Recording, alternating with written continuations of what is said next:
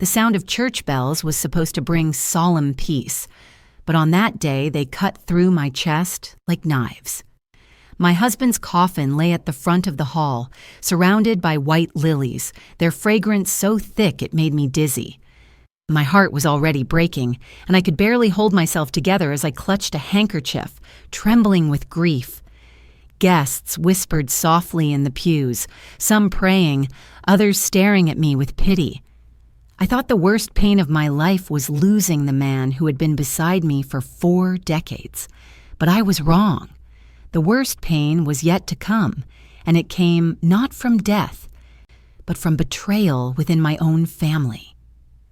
I was standing near the casket when my daughter-in-law, Veronica, walked up to me. Her heels clicked sharply against the marble floor, echoing like bullets. She was dressed in a sleek black dress that clung to her body more like an evening gown than morning clothes. Her face was calm, her makeup flawless, but her eyes burned with a fire that didn't belong at a funeral. I barely had time to register her cold expression before she raised her hand. The slap came out of nowhere. My glasses flew off, shattering against the marble floor. 100 pairs of eyes froze.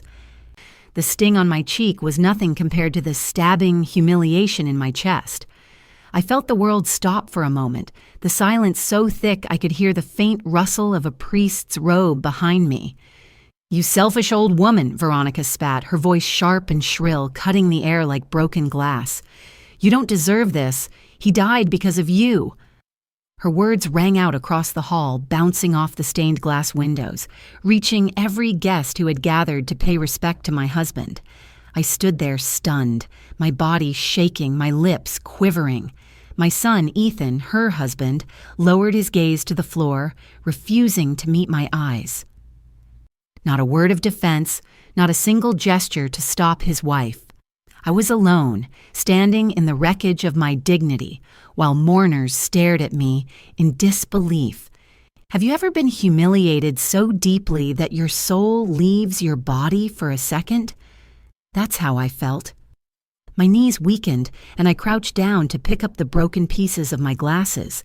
My fingers fumbled against the cold marble as guests whispered among themselves. Some looked away, others shook their heads, but no one came to help me. Not a single hand reached out. I was invisible, the grieving widow turned into a public spectacle. And my daughter-in-law had placed the crown of shame on my head in front of everyone. I heard her words again, slicing through me. "He died because of you." How could she say that here, on the day I buried the only man who had ever loved me? Why did no one defend me? Why did my own son stand frozen while his wife humiliated his mother? I pressed the broken glasses into my palm until the edges bit into my skin. Pain was easier to handle than humiliation. My tears blurred the flowers, the coffin, the guests. All I could think was, why? What had I done to deserve this? My heart was a hollow drum beating emptily against my ribs. I had spent my whole life building this family, sacrificing my youth, my dreams, my body, only to be reduced to nothing by a single slap in front of people who had once respected me. The echoes of gossip reached my ears. She must have done something terrible. Imagine being slapped by your own daughter-in-law. Each whisper was like poison dripping into my veins. I tried to stand tall, but my body betrayed me. I was trembling, every muscle quivering under the weight of shame. I locked eyes with Veronica.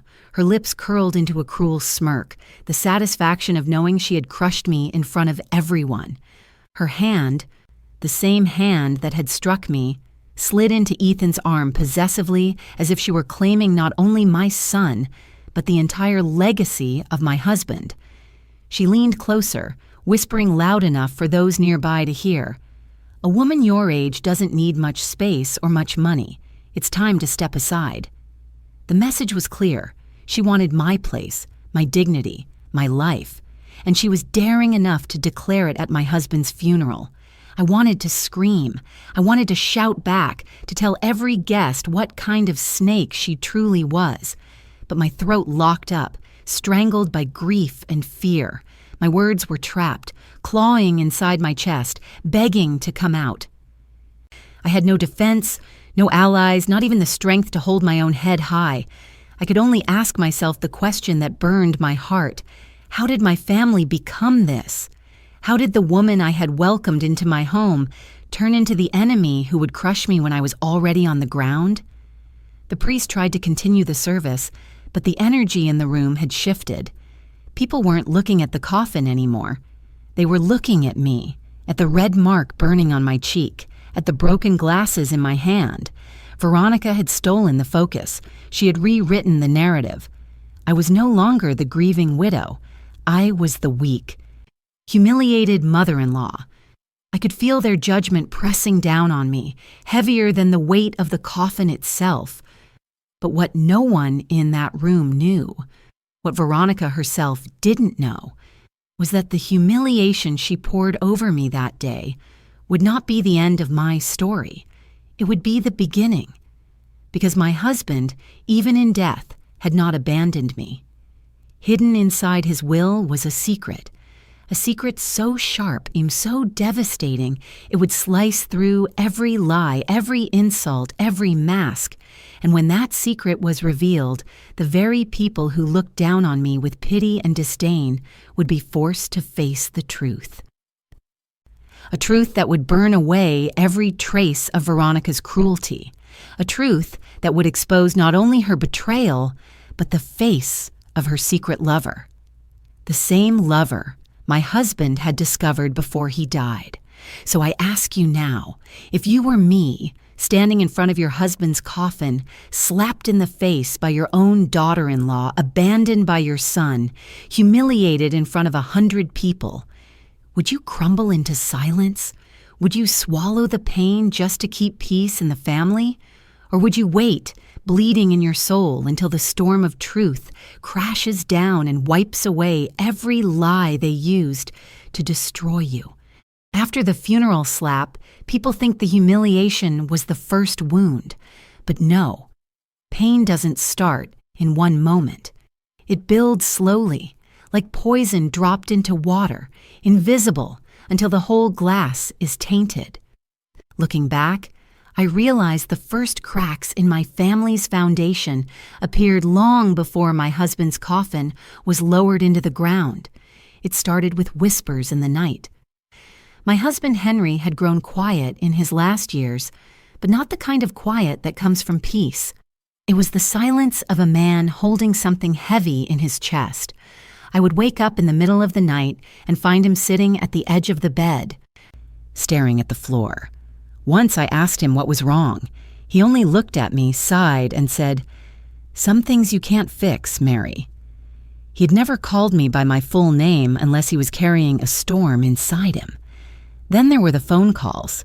I noticed them first because of the way Henry's face changed. Whenever the phone rang late at night, he would glance at me, then leave the room to answer. His voice dropped to a whisper behind closed doors. Sometimes I pressed my ear against the wall, but all I could catch were fragments. "No, not here. You'll ruin everything." His hands trembled afterward, and he would lie awake until dawn. I thought it was business stress. He still had some investments, some projects, and I convinced myself he didn't want to worry me. But deep down, my stomach tightened with a fear I didn't dare name.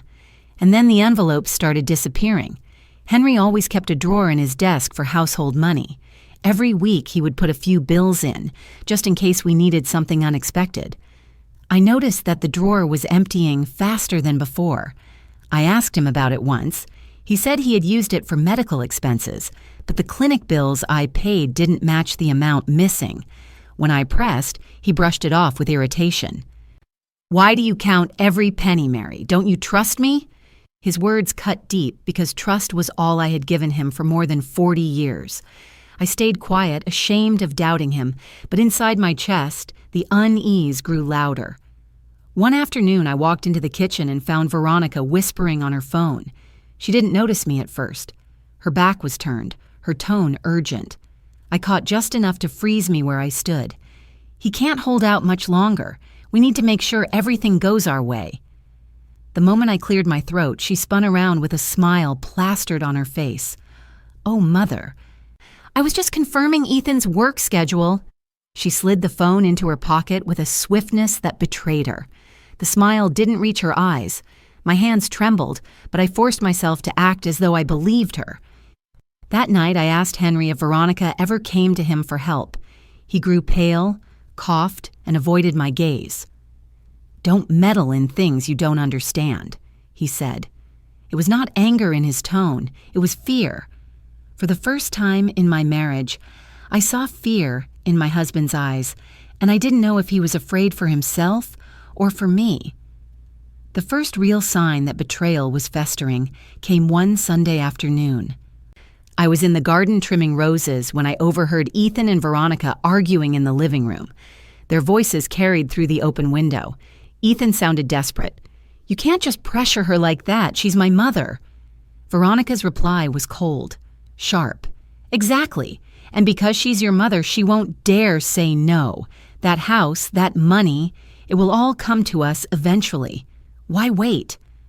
I froze, the pruning shears slipping from my hands, my own son defending me weakly against a wife who spoke of me as if I were nothing more than an obstacle to be moved. I wanted to storm inside and confront them, but I couldn't move. My knees locked. The roses pricked my fingers until they bled, but the sting of thorns was easier than the stab of their words. Later that evening, Ethan came to me with forced cheerfulness. "Mom, you should consider moving into a smaller place. Less work for you, more comfort. Veronica and I can help you with everything." His eyes didn't meet mine. His voice trembled at the edges. That was when I realized my son was caught in a net woven by his wife, struggling but unable to break free. My heart ached for him, but I also felt betrayed. The boy I had raised, the boy I had held when he cried, was standing there suggesting I give up the very home his father and I had built brick by brick. I tried to dismiss it. I told myself grief and illness had made me paranoid, but each day brought a new shadow. Guests came and went, whispering about how Veronica carried herself in the house as though she already owned it. My friends asked me carefully if I was doing all right, their eyes searching mine for cracks. I lied. "I'm fine," I told them, even as I felt the walls closing in. The night before Henry passed, he held my hand longer than usual. His skin was cold, his breathing shallow. He whispered something I will never forget. "Don't let them take it from you. Trust the lawyer." I tried to ask what he meant, but his eyes drifted shut. Hours later, he was gone, and I was left with a storm of unanswered questions. When the slap came at the funeral, I understood it wasn't born in that moment. It was the eruption of weeks, months, maybe years of quiet scheming. Veronica had been tightening her grip while Henry tried to shield me with what little strength he had left. And Ethan, my own son, had become too weak to protect me, too loyal to his wife to stand beside his mother. That was the first round of betrayal, not the slap. Not the public humiliation, but the whispers in the dark, the money that vanished, the urgent calls, the garden conversation where my son let his wife speak of me like I was already gone. That was the foundation of the storm that would eventually tear the mask off every lie. And now, sitting here telling you my story, I can still hear Henry's last words echoing in my mind. Trust the lawyer.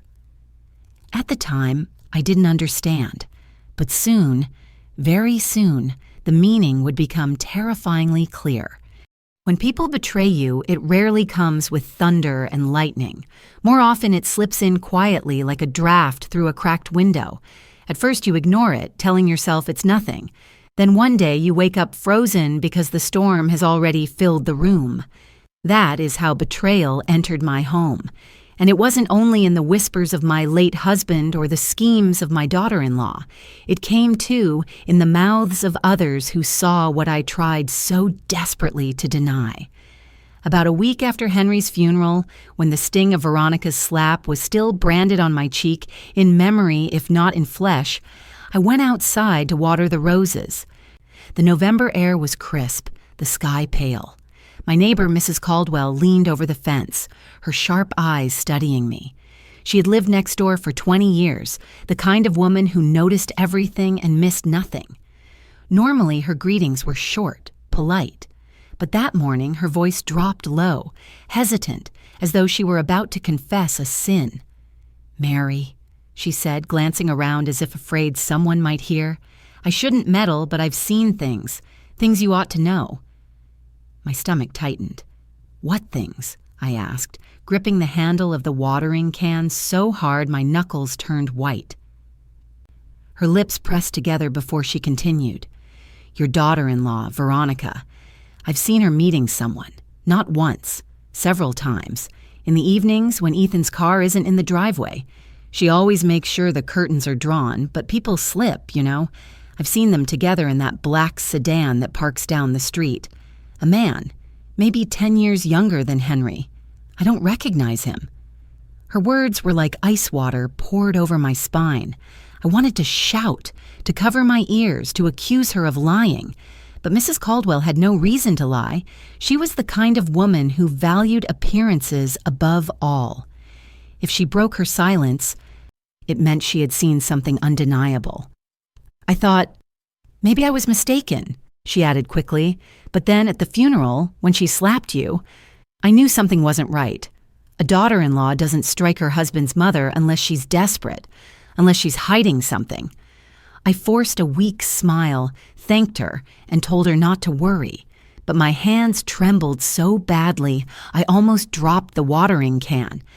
I went inside, locked the door, and pressed my back against it, my chest heaving. Was this the shadow Henry had carried in his eyes? Was this why he whispered on the phone? Why he warned me to trust the lawyer? My husband had known something, and I had been blind. That night, I tried to confront Veronica casually. She was in the kitchen, slicing apples for a pie she insisted on baking for Ethan. Her movements were precise, almost mechanical. I stood in the doorway, my voice trembling. "Veronica, I've heard. You've been seen with someone. A man, a car parked down the street." The knife in her hand stopped mid-slice. Slowly, she turned her head, her eyes locking on mine. They were cold, sharp, like glass about to shatter. Then, as if a switch flipped, her expression softened into a smile that didn't touch her eyes. "Mother?" she said sweetly. Placing the knife down, "You shouldn't believe gossip. People in this neighborhood have nothing better to do than invent stories. You're still grieving. Your mind is fragile. I worry about you." She stepped closer, her voice dropping low enough to feel like a hiss. "And if you keep repeating things like that, people will start to think you've lost your grip on reality. Do you really want them to say you're unfit to handle your affairs?" Her words cut deeper than the knife ever could. She had turned my attempt at confrontation into a weapon against me. If I pressed further, she could claim I was senile, paranoid, broken by grief. I was cornered, trapped by her cunning smile and her insinuations. When Ethan came home later, I tried to test him. "Son," I said, keeping my voice calm, "do you think Veronica spends too much time away from the house?" His shoulders stiffened, his eyes darted to the side. He muttered something about errands, about helping friends. Then he placed a hand on my shoulder, almost mechanically. "Mom, please, don't create problems. We need peace right now." He kissed my forehead, but the warmth was gone. His words were not a plea, they were a warning. I realized then that Ethan knew. Maybe not everything, but enough. He had chosen silence. And his silence chained me more than Veronica's threats. Days blurred together. I began to notice small details that screamed once I paid attention. Lipstick stains on Ethan's shirts that weren't the color Veronica wore. Strange receipts crumpled in the trash. Restaurants across town where neither of them had reason to be. A perfume lingering in the hallway, sweet and floral. Nothing like the scent Veronica bathed herself in. I felt like a prisoner in my own house, surrounded by clues that my family wasn't just broken, it was rotting from the inside. One evening, I couldn't bear the silence anymore. I walked to the old church, the one Henry and I had attended when our boys were little. The priest, Father Thomas, welcomed me into his office. His kind eyes softened when he saw the state I was in. He poured me tea and waited until my sobs subsided. "Father," I whispered, my voice trembling, "I don't know what's happening in my family. I feel like I'm losing them, like they've already buried me along with my husband." He sighed, folding his hands. "Mary, sometimes grief reveals what was always there. Sometimes it strips away the masks people wear. I cannot tell you what choices your children or their spouses have made. But I can tell you this. Your husband came to me shortly before his passing. He was troubled. He spoke of betrayal under his own roof. He asked me to pray for your strength." My heart froze. "Betrayal?" I asked, my throat dry. Father Thomas nodded. He didn't name names, but he left a letter with his lawyer. He said the truth would come out and that you would need courage to face it. Tears streamed down my face. My husband had known. He had seen what I refused to see, and in his final days he tried to shield me from it. Veronica's slap at the funeral wasn't just cruelty. It was desperation. An attempt to break me before the truth surfaced. I left the church with my heart heavy, but my mind clearer. The storm wasn't in my imagination. It was real. The whispers, the missing money, the neighbor's confession, the priest's words, they all pointed in one direction. Veronica was hiding something terrible, and Ethan was either too blind or too weak to stop her. But knowledge didn't give me strength. It gave me fear. Fear that I was standing alone against a force that had already turned my own son against me. Fear that the community, the relatives, everyone would see me as the frail widow who couldn't let go of her paranoia. Fear that if I spoke too loudly, Veronica would twist my words into madness. At night, when the house was quiet, I would sit by Henry's empty chair. I would press my forehead against the worn fabric and whisper, "What did you see, Henry? What truth did you leave behind for me? And how long can I survive before they destroy me too?" The answer didn't come in words. It came in silence. A silence that told me I was edging closer to the heart of a secret that could tear everything apart. The weeks after Henry's funeral blurred into a haze of shadows. Grief was supposed to bring family together, or so I believed. Instead, it built walls. Each passing day, I felt those walls closing around me, brick by brick, until I was suffocating in the house I once called home. It started subtly. Little remarks from Veronica, slipped in during conversations with relatives or neighbors who stopped by with condolences. She would smile sweetly, pour them tea, then say things like, "Mother has been very forgetful lately. Yesterday she put the sugar in the fridge and the milk in the cupboard." Laughter would follow. The kind of laughter that pretends to be harmless but hides a sharp edge. I hadn't done any such thing, but how could I defend myself? If I protested, I sounded defensive. If I stayed silent, the lie became truth. One afternoon, Ethan invited some cousins over to discuss the future. I thought it meant planning memorial donations for Henry, but instead I found myself sitting at the end of my own dining table, while Veronica spread out documents as though she were the rightful heir, property papers, bank statements, estimates for selling the house. My heart raced as she spoke. "This place is far too big for Mary. She can't maintain it. Ethan and I have been looking into options. A retirement residence would provide her with everything she needs, safety, meals, even activities." The cousins nodded politely, sipping tea from the china cups I had received as wedding gifts 40 years ago. My hands shook so badly, I nearly dropped mine. "I am not moving anywhere," I said firmly, my voice trembling but clear.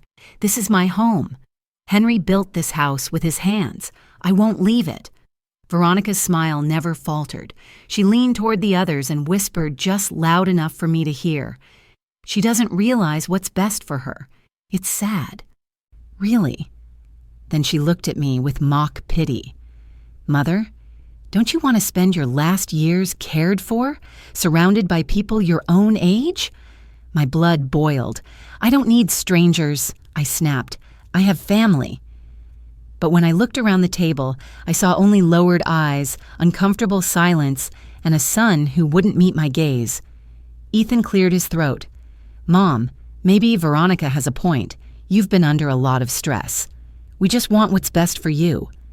The words sliced me open.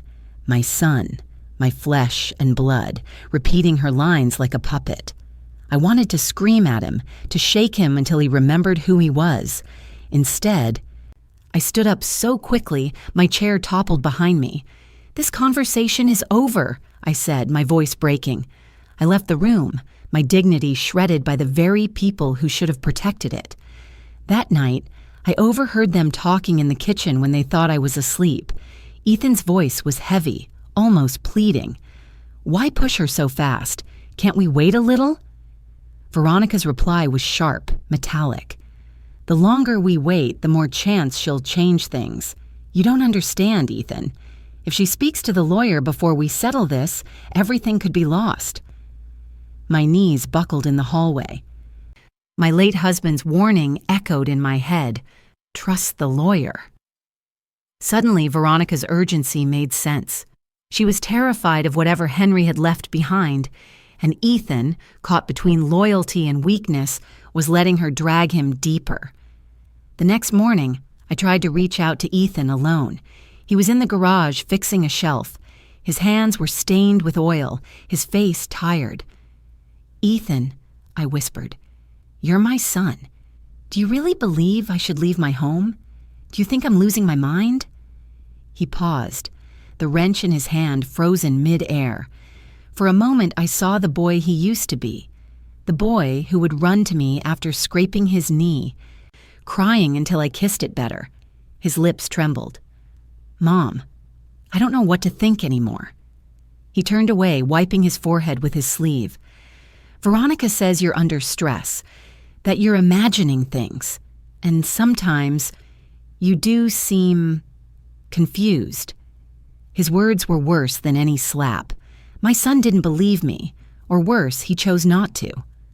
I swallowed the lump in my throat and left the garage, my tears hidden in the shadows. Isolation became my constant companion.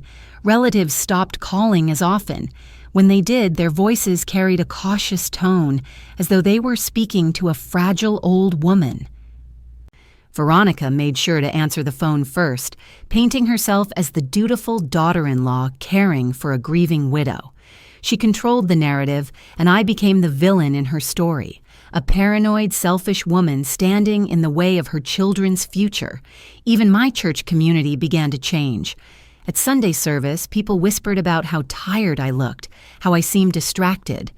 Veronica stood beside me, holding my arm, nodding gravely as though she were my savior. She's not been herself lately, she would tell them softly. We're doing everything we can. Their sympathetic glances turned toward her, not me. I felt like a ghost haunting my own life. One evening, I sat by Henry's desk, running my fingers over the wood he had polished every year. The drawer where he kept money was empty again, though no bills were due. I pulled the drawer further and found scraps of paper crumpled in the back. Receipts, but not for medicine or groceries. They were for transfers. Money withdrawn at odd times, always in cash. The signatures were shaky, but undeniably his. Had he been paying someone? Or had someone forced him? My chest tightened until I could barely breathe. I tried to confront Veronica again, this time with evidence. Why did Henry withdraw so much money before he died? I asked, holding the receipts in my trembling hands. Her eyes flickered for a split second before she laughed, cold and dismissive. Are you accusing your dying husband of being irresponsible? How cruel can you be, Mary? She snatched the receipts from my hand and tore them into pieces, letting them fall like confetti to the kitchen floor. You see, this is why Ethan and I worry about you. You cling to scraps and invent stories. It's pathetic. I wanted to strike her then, to scream until the walls shook, but I stood frozen, my body paralyzed by rage and despair. She had stripped me of my proof with the ease of snapping a twig, and Ethan, hearing the commotion, rushed in, not to me, but to her. "What's going on?" he asked, eyes darting between us. Veronica clung to his arm, tears brimming instantly. "Your mother is accusing Henry of wasting money. She's not well." Ethan's gaze hardened. "Mom, please, stop this. You're making things worse." The floor beneath me seemed to vanish. My own son believed her lies over my truth. I was alone, drowning in a house filled with familiar furniture that suddenly felt like prison bars. That night, I sat in the dark, clutching Henry's old photograph. His eyes stared back at me, kind but sorrowful. "They're tearing me apart," I whispered. "I don't know how much longer I can fight." My tears blurred his face until it became just a shadow. I pressed the frame against my chest and prayed for strength, but strength didn't come. Instead, the next day brought another blow. Veronica's parents arrived unannounced, striding into my home as though it already belonged to them. They sat in the living room, their eyes scanning the furniture, the paintings, the very walls as if appraising their value. "Mary," her mother began, voice dripping with false sweetness, "we're concerned. You can't manage all this alone. It's time to think about your future." Her father added bluntly, "You're holding Ethan and Veronica back. This house would give them stability. Isn't that what Henry would have wanted?" I opened my mouth to protest, but before I could, Veronica chimed in. "We're only trying to help, Mother. Please don't make this harder than it needs to be." The pressure was unbearable. 3 against 1, and Ethan stood silent once again, his loyalty shackled to the woman at his side. My voice cracked as I whispered, "Get out." They laughed softly, shaking their heads. "This isn't healthy," her mother said. "You'll see it our way soon enough." When they finally left, I collapsed in Henry's chair, my body trembling. My dignity was being stripped piece by piece until I was nothing but a frail shadow. And for the first time, I wondered if Veronica was right, if maybe I was losing my mind. Because if even my own son didn't believe me, then what truth did I have left? When a storm finally breaks, it doesn't start with lightning. It begins with a silence so heavy you can hear your own heartbeat. That silence filled my home in the weeks after Veronica's parents intruded, after Ethan stood by while they stripped me of every ounce of authority. The house that once echoed with my children's laughter now felt like a mausoleum. Every corner held ghosts of memories that twisted like knives inside my chest. I barely slept. At night, I sat in the living room with only the ticking clock for company. Its steady rhythm mocked me, reminding me that time was moving on, dragging me deeper into a future I did not recognize. I often found myself whispering to Henry's old armchair as though he might answer back. "They're tearing me apart, Henry. You told me to trust the lawyer, but I don't even know if I can trust myself anymore." The cruelest part of betrayal is not the lies others tell about you. It's the moment you begin to doubt your own truth. Veronica was skilled in her cruelty. Each day she planted seeds of doubt in my mind. She would move my keys from the counter to the cabinet, then watch me stumble around searching, shaking her head with pity. "See, Ethan? She forgets everything. We can't let this go on." She would pour me tea, a little too sweet, then whisper, "Careful, Mother. You almost spilled it again." Guests who visited saw only a fragile widow, slipping slowly into confusion, while Veronica played the role of guardian angel. I tried to fight back in small ways. I wrote everything down in a notebook, where I left my keys, what time I took my pills, every detail of my day. I wanted proof that I wasn't losing my mind, but even that she found. One evening, as I returned from the store, I found Veronica sitting at the kitchen table with my notebook open, flipping through the pages. She looked up at me, her lips curling into a smile. You're keeping a diary of your memory now. That's concerning. Don't you think, Ethan?" My son walked in at that moment, saw the notebook, and sighed. "Mom, this isn't normal. You need help." My voice cracked as I shouted, "I'm not crazy. I'm trying to protect myself." But the look in Ethan's eyes told me he didn't believe me, or worse, he didn't want to. He pulled the notebook from Veronica's hands and tossed it onto the counter, but not before I saw the doubt etched on his face. It was the same doubt that had been eating me alive. One night, unable to sleep, I wandered into Henry's study. Dust coated the shelves. The air smelled of old paper and wood polish. I sat at his desk, running my fingers over the grooves he had carved into the surface after years of use. My eyes fell on the small locked drawer at the bottom. Henry had always kept personal papers there. With trembling hands, I searched the drawers for the key and finally found it taped beneath the desk. The lock clicked open, and inside lay a stack of documents tied with string. My hands shook as I untied it. The first papers were ordinary bills, insurance forms. But near the bottom, I found fragments of a journal. Pages torn hastily, as though someone had tried to destroy them. The handwriting was Henry's, shaky, but clear. I forced myself to read. "She knows," one page began. "I've seen her meeting him. I confronted her, but she denied everything. I fear for Mary. If she finds out, it will break her." Another page, written a week later, said, "I cannot let them take the house. I've spoken to the lawyer. He has what he needs." Tears blurred my vision. My husband had known. He had witnessed Veronica's betrayal with his own eyes. He had carried that secret in silence, trying to shield me until death stole his voice. Before I could gather my thoughts, footsteps creaked behind me. I turned to find Veronica standing in the doorway, her silhouette framed by the dim hall light. Her eyes flicked to the papers in my hands, and for the first time I saw panic flash across her face. "What are you doing?" she hissed. My voice trembled. "He knew. Henry knew about you. He wrote it here." Her panic vanished as quickly as it appeared, replaced by a chilling smile. She stepped closer, plucked the papers from my trembling fingers, and tossed them into the fireplace. Flames devoured Henry's words, curling the edges of the pages until they turned to ash. "Old scribbles," she said calmly. "Nothing more. You're grasping at ghosts."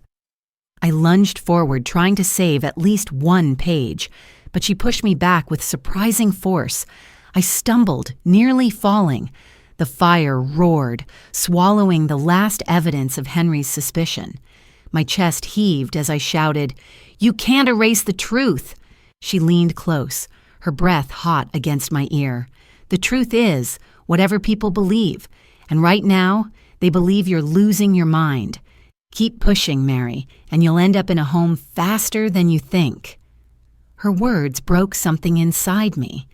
That night, I lay in bed staring at the ceiling, the smell of burnt paper still clinging to my clothes.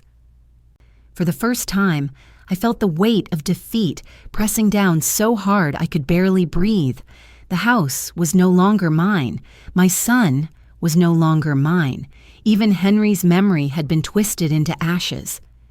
The next days passed in a fog. Meals lost their taste. The ticking clock grew louder, mocking me. I avoided the mirror because the face staring back was a stranger. Hollow eyes, skin sagging with exhaustion, lips pressed into a permanent line of sorrow. I drifted from room to room, a ghost haunting the very place I had once ruled. Then came the final blow. One evening, Ethan called a family meeting. Veronica's parents were there, seated proudly in my living room as though they owned it. Ethan cleared his throat nervously. "Mom, we've made a decision. It's time for you to move into assisted living. Veronica and I have already visited some residences. They'll take good care of you." My heart stopped. "You've decided?" I whispered. Ethan avoided my eyes. "It's for your own good. You'll be safe, comfortable." "I am safe here," I screamed, my voice raw. "This is my home. How dare you decide my life for me?" Veronica reached out to pat my hand, her eyes glistening with fake sympathy. "We're only thinking of your health, Mother. You've been so fragile. The house is too much for you." Her father added, "Besides, it's not like the house will disappear. Ethan and Veronica will take care of it." The walls spun around me. My son sat there silent, letting them strip me of everything I had left. My hands trembled violently, and I sank into the chair, unable to fight. That night, I wrote a will of my own. By candlelight, I scrawled shaky lines onto paper, leaving my few personal belongings to my grandson and to charity. I tucked it into an old wooden box where I kept my wedding veil, my last relic of innocence. My tears stained the paper, but I didn't care. If they wanted to erase me, I would leave at least one trace behind. The rain poured outside, rattling the windows. I sat by the flickering candle, listening to the storm howl. For the first time, I whispered to myself the thought that had been gnawing at me. Maybe it would be easier if I were gone. The words chilled me, but they were true. I felt like a burden, a shell, a woman whose voice had been stolen by the very family she had built. But then, in that moment of despair, I remembered Henry's final whisper, "Trust the lawyer." The words pulsed in my mind like a faint heartbeat in the darkness. I didn't know what he had left behind, but it was the only thread I had left. And though my body felt broken, a small spark flickered deep inside me. Maybe I was powerless now. Maybe I was humiliated, isolated, nearly destroyed. But the story wasn't over yet. The storm had not yet spent its fury. And storms, when they break, have a way of washing away everything that hides in the shadows. When you've been pushed to the edge, the smallest sound can pull you back or shove you over. For me, it was the ring of the doorbell on a gray afternoon. I expected a neighbor or another relative come to press me about leaving my home. Instead, when I opened the door, I found Mr. Harris, my husband's lawyer, standing there with his briefcase. His silver hair was damp from the drizzle, his glasses fogged. He removed his hat respectfully, his voice low. "Mrs. Walker, may I come in? There are matters regarding Henry's estate we must discuss in private." My heart stopped. All the air in my chest seemed to vanish. Henry's words echoed in my mind. "Trust the lawyer." With trembling hands, I stepped aside and let him in. He sat at the dining table, the same table where Veronica had humiliated me weeks earlier, and laid his briefcase down carefully. He spoke slowly, each word deliberate, as though he knew they carried the weight of my survival. "Before Henry passed," he began, "he entrusted me with documents. He instructed me not to reveal them until after the funeral. I believe now is the time." From his briefcase, he withdrew a sealed envelope, heavy with papers. My fingers shook as I reached for it, afraid it might vanish if I touched it. Inside were typed documents and a USB drive. Mr. Harris explained, "Your husband suspected serious betrayal within the family. He wanted to ensure you were protected.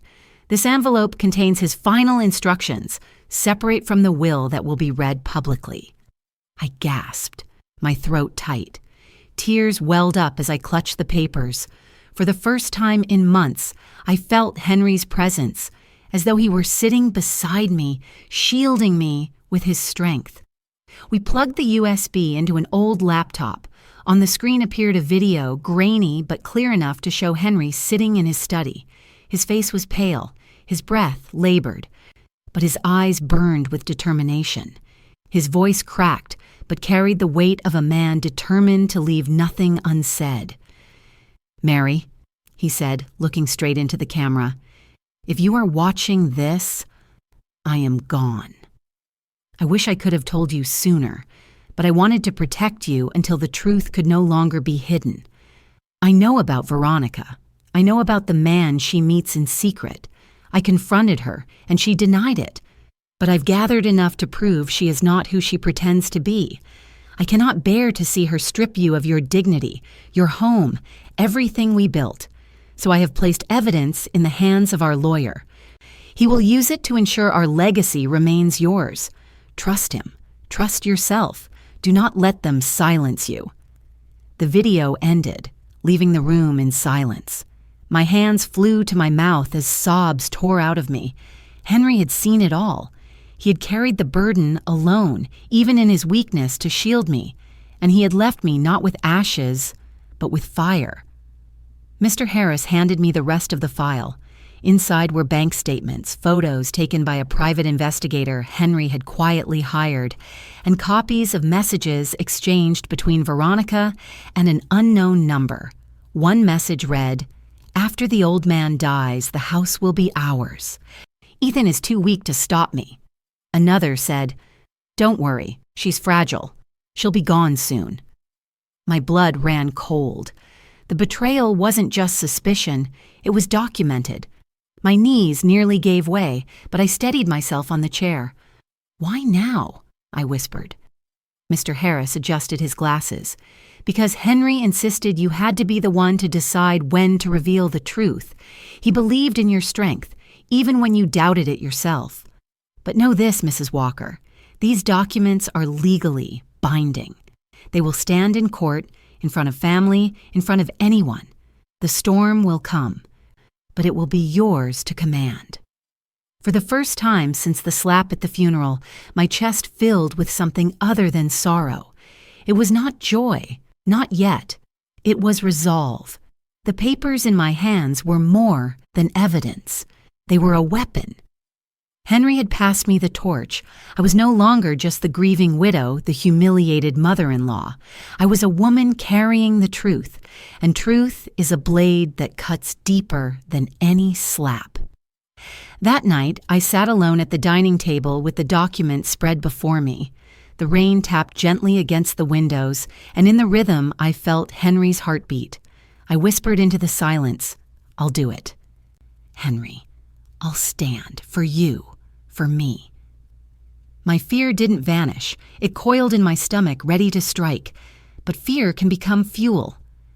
I folded the papers, sealed them back into the envelope, and placed it in a drawer only I knew. As I closed it, I felt a shift inside me. I'd been walking in darkness, but now I saw a flicker of light ahead. The path would be dangerous, but at least it was mine to walk. From that moment, my role had changed. I was no longer just waiting for their blows. I was preparing my own. And while Veronica still believed she had me cornered, she didn't know the ground beneath her was already cracking. The storm was coming. And this time, I wasn't the victim. I was the storm. The night after Mr. Harris left, I barely slept. The envelope lay in the drawer beside me like a silent heart still beating, each pulse reminding me of the storm I now carried. I rose before dawn, the house wrapped in darkness. My breath fogged in the cold air as I paced the hallway, replaying Henry's voice from the video over and over. Trust yourself. Trust the lawyer.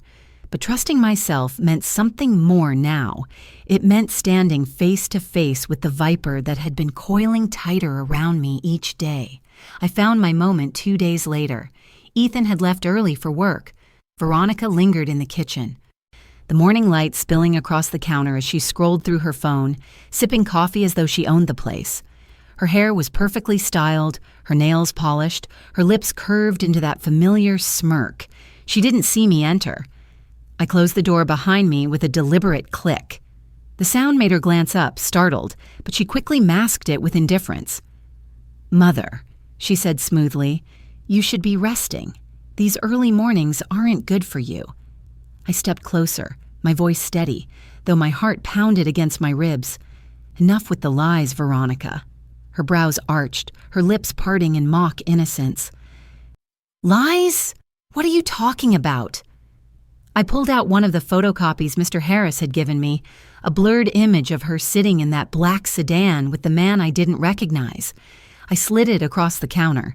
The paper made a soft rasping sound against the marble, louder in that silence than a gunshot. Her eyes flicked to it, then back to me. No panic this time, just calculation. She picked up the photo, glanced at it, and let out a low laugh. "So this is what's keeping you awake at night. A blurry photo of me talking to a colleague? You poor woman." She set the paper back down and leaned closer, her perfume cloying, her whisper sharp. "Do you really think anyone will believe you over me?" My hands trembled, but I didn't back away. "Henry believed me. He saw through you. He left proof. You can burn pages. You can twist words, but you can't erase his voice. He knew, and now I know." For the first time, her mask cracked. Her smile faltered, her eyes narrowing. "You're bluffing." "No," I said, my voice low but fierce. "You're the one bluffing. You slap me in front of 100 people. You whisper poison into Ethan's ear. You parade your parents into my home to corner me. But deep down you know the truth is coming. And when it does, you'll be nothing but ash." Her face hardened. She slammed her cup down so hard coffee sloshed onto the counter. "You stupid, fragile old woman. You think a lawyer and some scraps of paper can save you? Ethan is mine. This house will be mine. And when you're locked away in some care facility, no one will remember your accusations. They'll only remember how Veronica took care of her poor, delusional mother-in-law." Her words pierced me. But instead of breaking, something inside me finally snapped free. I leaned forward until our faces were inches apart. "No, Veronica. They'll remember how you underestimated me. How you thought you could slap me, steal from me, destroy me. But snakes always forget one thing. Sometimes the prey has sharper fangs." For a long moment, silence stretched between us, charged and electric. I could hear the tick of the kitchen clock, the hum of the refrigerator, the thundering of my own heart. Her jaw clenched, her nails tapping the counter, betraying her unease. "You're making a mistake," she finally hissed. I straightened, my hands steady now. "No, Veronica. The mistake was thinking I'd stay silent." Her eyes burned with fury, but she didn't move. Instead, she forced a brittle laugh and turned away, rinsing her cup as though the conversation hadn't just shaken the walls. "Believe what you want. No one else will." I left the kitchen without another word, but as I climbed the stairs, I realized my legs no longer trembled. I had faced her venom and survived. The terror that had kept me caged was cracking. She might still hold Ethan's loyalty, but I held Henry's truth. And that truth was a blade waiting to be drawn in front of everyone. In my room, I sat on the edge of the bed, staring out the window at the pale morning sky. My breath came heavy, my body exhausted, but my spirit felt different. Not healed, not yet, but awake. For months, I had been dragged like a puppet, beaten by humiliation, convinced I was losing my mind. But that morning, when I stood inches from Veronica's smirk, I realized I had found my voice again. Henry had left me the storm. Now it was only a matter of time before I let it break. The day of the will reading arrived like the eye of a storm, calm on the surface, but underneath pressure was building, ready to tear everything apart. I dressed in black again, the same color I wore at Henry's funeral, but this time I felt different. I wasn't the humiliated widow shivering under stairs. I was a woman walking into battle, armed with the truth my husband had left me. The lawyer's office was crowded. Relatives filled the room, cousins, uncles, neighbors who had come more out of curiosity than support. Veronica sat beside Ethan, her hand possessively looped through his arm, her smile dazzling as she greeted people with feigned grief. Her parents were there too, smug and self-assured, whispering to each other as though the outcome had already been decided. I walked in quietly, clutching my handbag where the envelope lay hidden like a loaded pistol. Mr. Harris stood at the head of the long mahogany table, clearing his throat. His presence silenced the murmurs, his voice firm but grave. "We are gathered to execute the last will and testament of Henry Walker." His words sent a chill through me. The finality of it hit me again, the loss of the man who had been my anchor. But I straightened my back. I owed him strength. The reading began with formalities, the division of small assets, the mention of donations Henry had made to charities. Veronica's smile widened with each passing sentence, her eyes glinting when Mr. Harris paused before the mention of the estate. She leaned toward Ethan, whispering something I couldn't hear, but I saw the way his lips pressed together nervously. Finally, Mr. Harris unfolded the final page.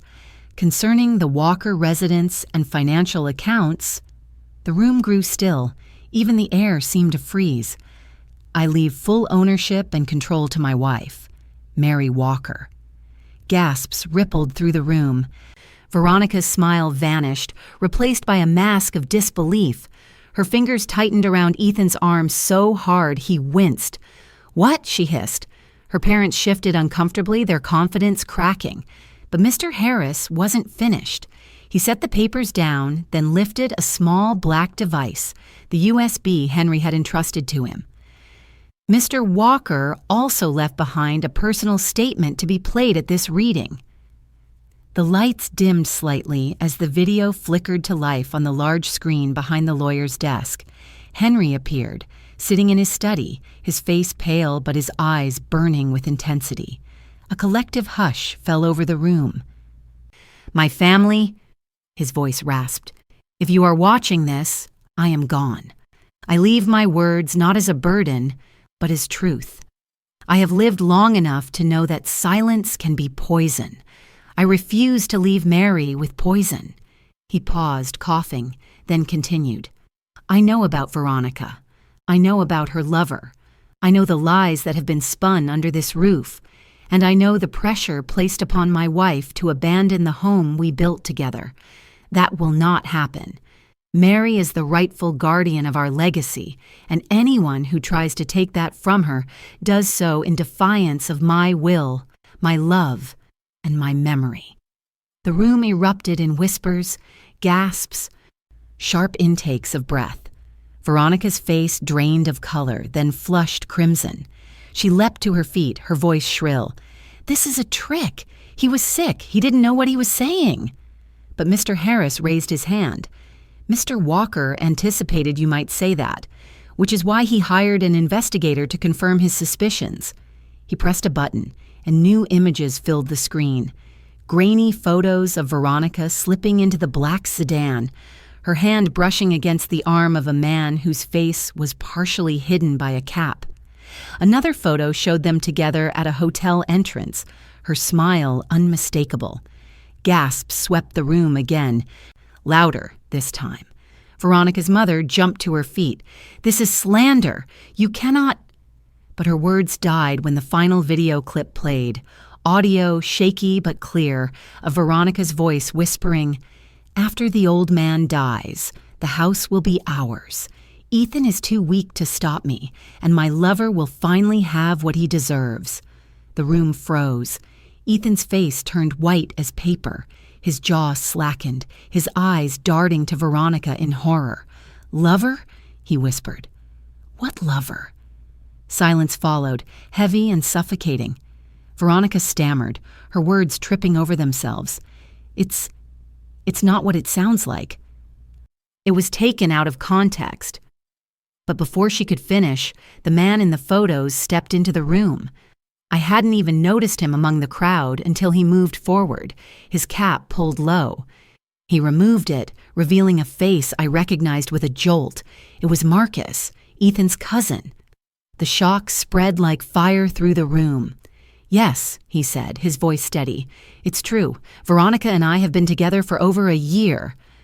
Gasps, cries, curses filled the air. Someone dropped their glass of water, the shatter echoing like thunder.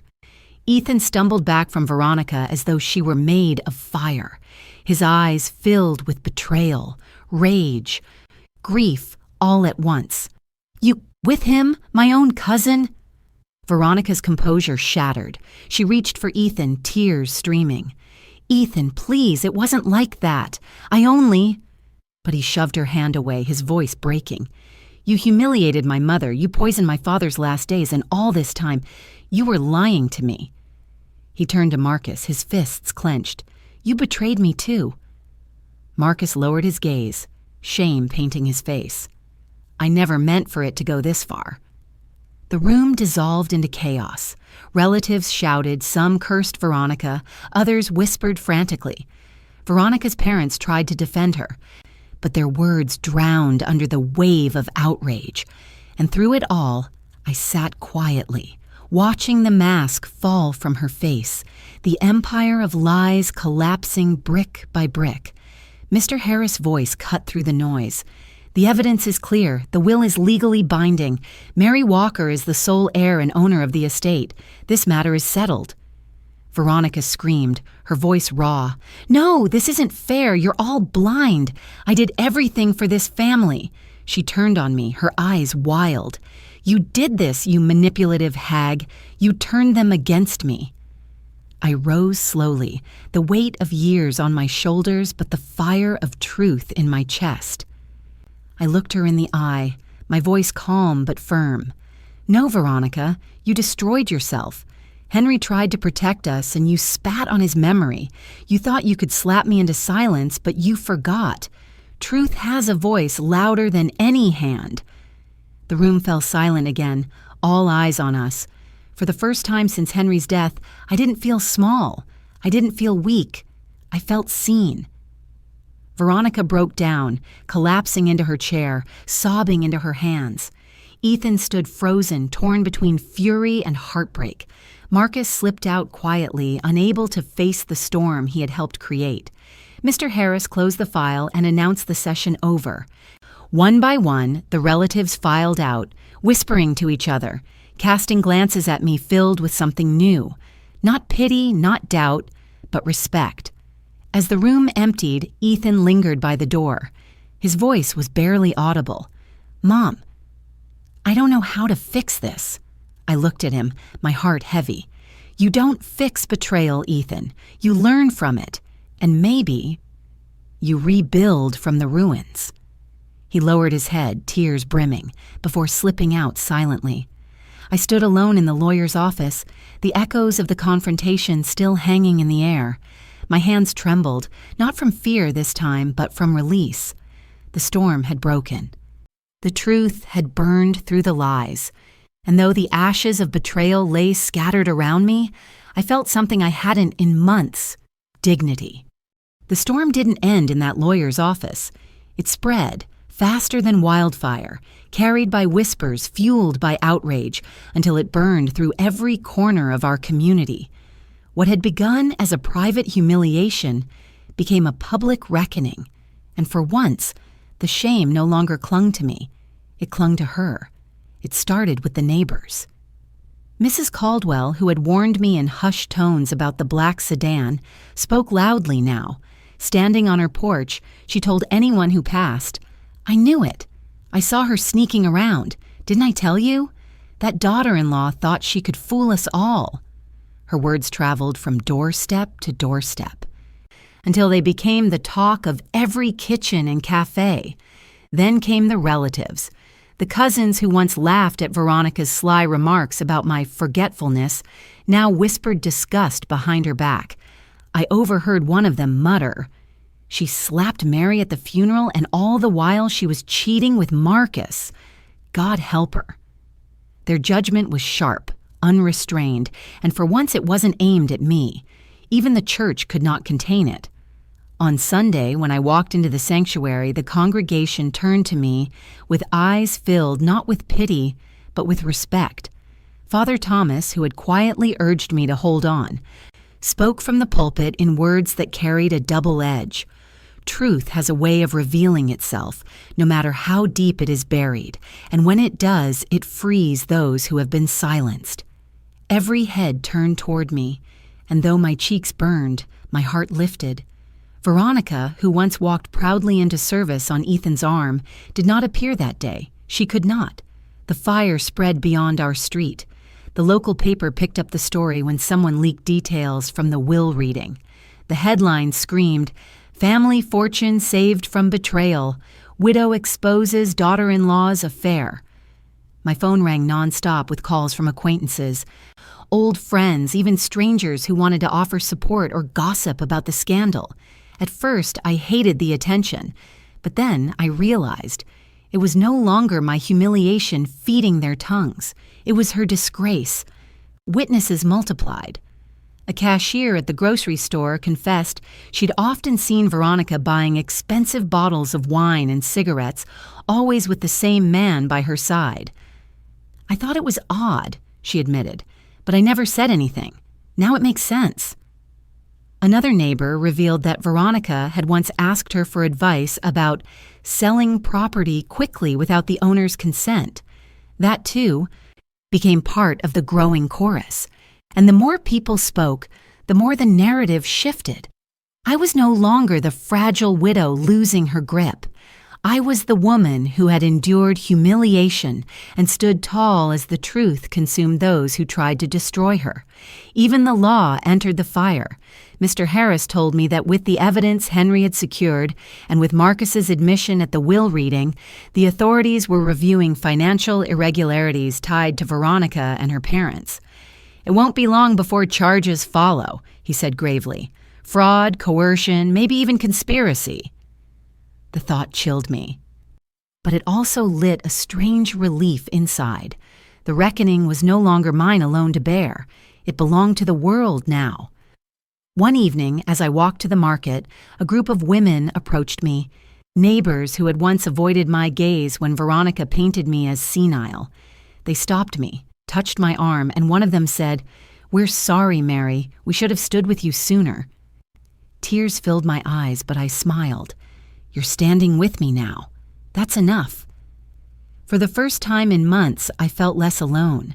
The truth was no longer a fragile flame I held in secret. It was a fire shared by many voices, burning too brightly for anyone to snuff out. And though I knew the battle wasn't over, I realized I no longer stood on the defensive. The witnesses had spoken. The community had judged. The drama of my family had become the story of us all. In the days that followed, silence returned to my house. But it was not the silence of defeat.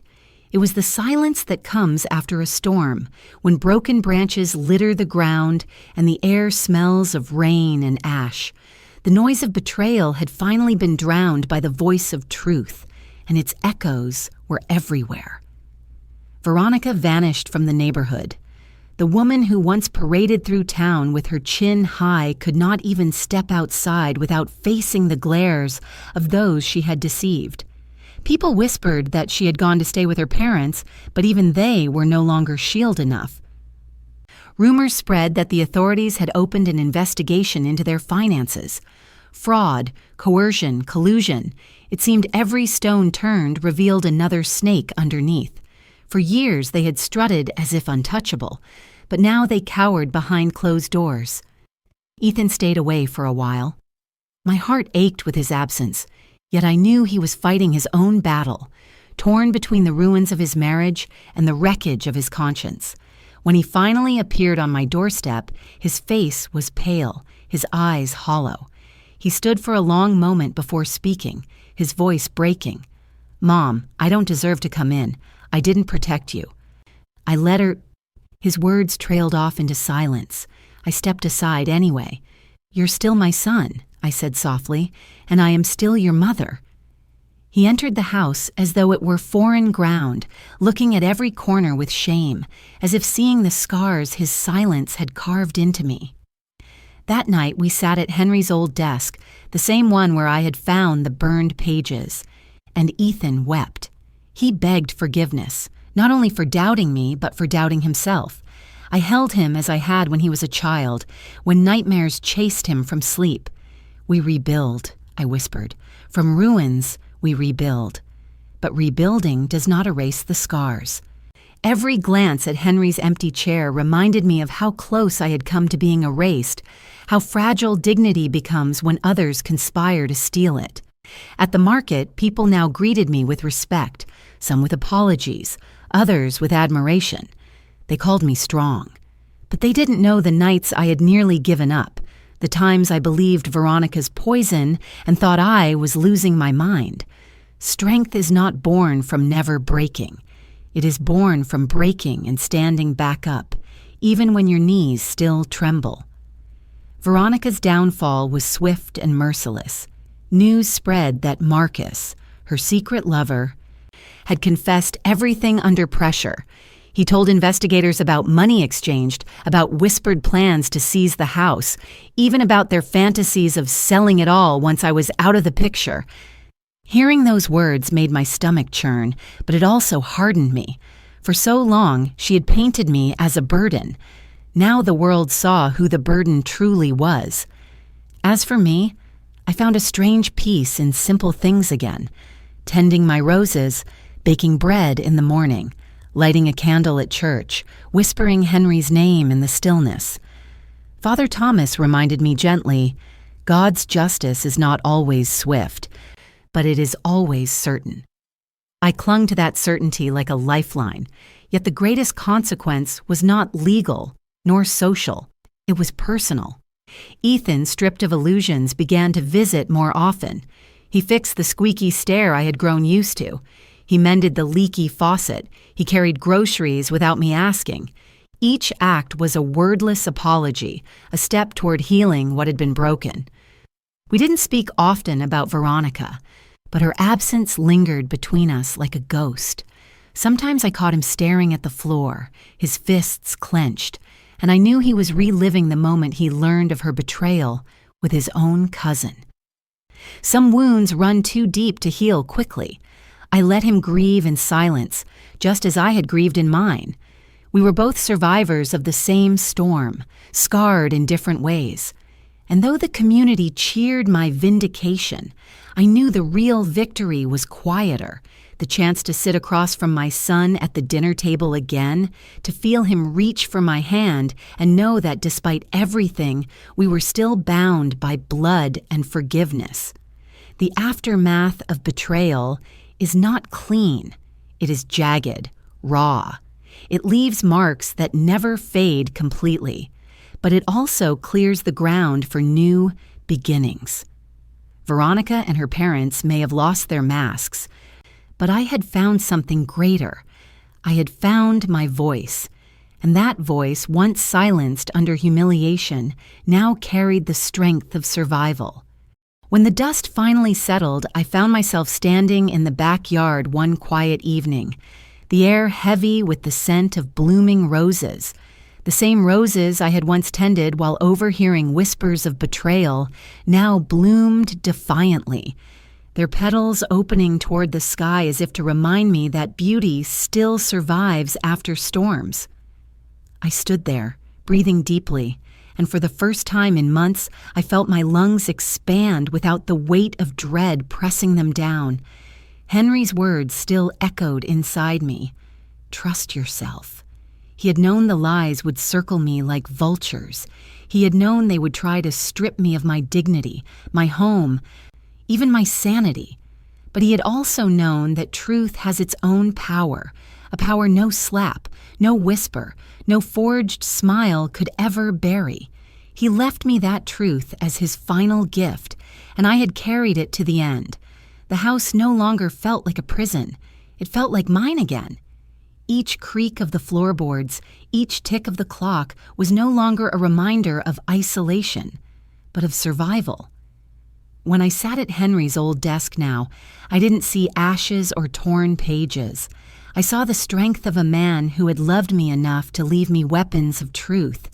And when I looked in the mirror, I no longer saw the frail, humiliated widow. I saw a woman who had walked through fire and still stood, her scars proof not of weakness, but of endurance. Ethan began joining me at church again. His steps were slow, uncertain, but his presence beside me was enough. During one service, he slipped his hand into mine, his grip firm. I turned to him, and in his eyes I saw the boy he once was, the boy who had trusted me to heal every wound. For months he had been lost to Veronica's web, but here he was, standing beside me once more. We were rebuilding. Not perfectly, not without pain, but honestly. The community treated me differently now. People nodded when I passed, their eyes carrying respect instead of pity. Some whispered apologies, others offered quiet words of admiration, but the greatest change was within me. I no longer needed their validation. I had walked through humiliation, isolation, and despair, and I had come out with my voice intact. That was enough. Sometimes, late at night, I sit with Mario, my grandson, reading him stories under the same lamp that once lit my nights of fear. He asks me questions only a child can ask, honest, piercing, impossible to avoid. "Grandma, why did Mom hurt you?" I pause, my throat tight, then answer as gently as I can. Because sometimes people choose lies over love, but lies never last, Mario. Love does. He nods, his small hand gripping mine, and I know that whatever scars remain, there is hope in the generations that come after. And so I speak these words now not just to tell my story, but to offer a candle in the darkness to anyone listening. Betrayal may break your heart, humiliation may crush your spirit, but if you hold on to the truth, even when your voice trembles, that truth will rise. It will burn away the masks. It will set you free. I look back on the day of Henry's funeral, the sting of Veronica's slap, the laughter and whispers of the guests. And I realize something important. That was not the end of me. It was the beginning. The moment of greatest humiliation became the seed of my rebirth.